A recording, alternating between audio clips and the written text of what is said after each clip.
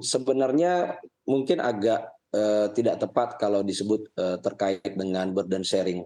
Apa yang kita atur di undang-undang ini, itu, lebih kepada memberikan, wewenang, dan ini wewenang, kepada Bank Indonesia, dalam kondisi yang sangat rigid. Artinya ada syarat yang sangat rigid terkait dengan wewenang yang kita sebutkan secara spesifik. Ini, memang, kita, sering mendapatkan pertanyaan ini adalah terkait dengan, bagaimana dalam kondisi krisis, jadi kata-kata di dalam, pasalnya itu memang sangat spesifik, bahwa dalam kondisi krisis, maka Bank Indonesia diberikan wewenang untuk, melakukan pembelian SBN, di pasar perdana.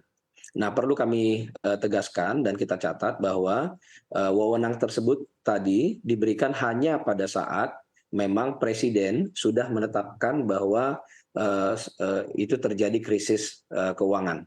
Nah, krisis ekonomi. Nah, dalam konteks ini, apa, tata kelola dan protokolnya sangat ketat sebenarnya. Kenapa? Ketika kita punya, KSSK, di dalam KSSK dilakukan rapat, rapat yang dilakukan oleh KSSK kemudian dengan melihat dan mengevaluasi kondisi ekonomi dengan sangat objektif, maka, KSSK dapat merekomendasikan, kepada presiden untuk, penetapan krisis. Nah, perlu kami tegaskan bahwa keputusan KSSK dalam memberikan rekomendasi bahwa suatu kondisi adalah krisis, itu merupakan, kondisi yang sangat kasat mata, sehingga tidak mungkin, keputusan itu, diambil berdasarkan, kondisi yang, belum pasti. Jadi misalnya jelas, pertumbuhan ekonominya negatif, lalu, ancaman terhadap, sektor keuangan itu sangat, terlihat misalnya dengan, kurs yang, terdepresiasi sangat tajam, misalnya juga dengan, performance di stock market yang terkoreksi sangat tajam. Jadi ini adalah indikator-indikator yang sangat kasat mata. Nah, ketika itu dilakukan keputusan untuk merekomendasikan, kondisi krisis kepada presiden, barulah kemudian, presiden, memutuskan apakah menetapkan krisis atau tidak.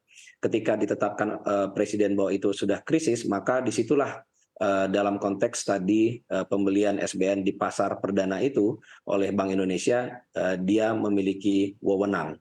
Nah, dalam konteks ini, kewenangan ini berarti, tetap dalam konteks independensi dari bank sentral. Sehingga dalam, konteks walaupun ada keputusan KSSK, wewenang itu tetap menjamin bahwa, Bank Indonesia berada dalam kondisi yang sangat independen. Dan ini sudah kita lakukan, dengan sangat baik tata kelolanya, dalam beberapa tahun terakhir 2020, 2021, 2022, bahwa, kalaupun kemudian Bank Indonesia diberikan wewenang, keputusan untuk, melakukan pembelian SBN di pasar perdana, itu didasarkan pada, keputusan bersama, jadi SKB. Kalau di dalam 2020, 2021 ada SKB 1, SKB 2 dan seterusnya. Artinya itu memang adalah hasil dari, kesepakatan setelah, Bank Indonesia dan pemerintah, mengevaluasi kondisi, di pasar, kondisi di makroekonominya.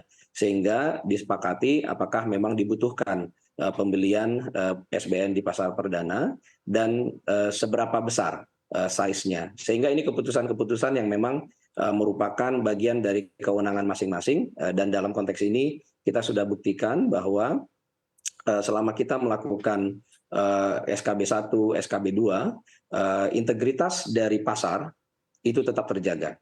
Integritas dari instrumen, SBN itu sendiri, itu tetap terjaga. Dan kita sudah melihat bagaimana walaupun dalam kondisi sekarang, perekonomian, global itu sedang, tertekan dan kita mendapatkan tekanan yang cukup, besar, kita lihat bahwa di antara banyak sekali emerging economies, saat ini, instrumen SBN kita dan juga pasar SBN kita sangat kredibel. Ini terbukti, bahwa, teman-teman analis di pasar itu melihat dengan sangat kasat mata bagaimana dalam kondisi ketidakpastian yang tinggi seperti 2022 dan menjelang 2023 ini, SBN kita untuk yang 10 tahun itu justru mengalami yield compression dibandingkan dengan banyak negara lain. Artinya instrumen kita kredibel, kebijakan kita kredibel, dan independensi dari Bank Indonesia khususnya itu sangat terjaga.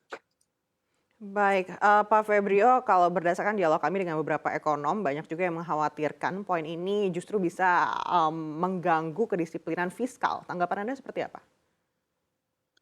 Justru kita sudah buktikan itu tidak.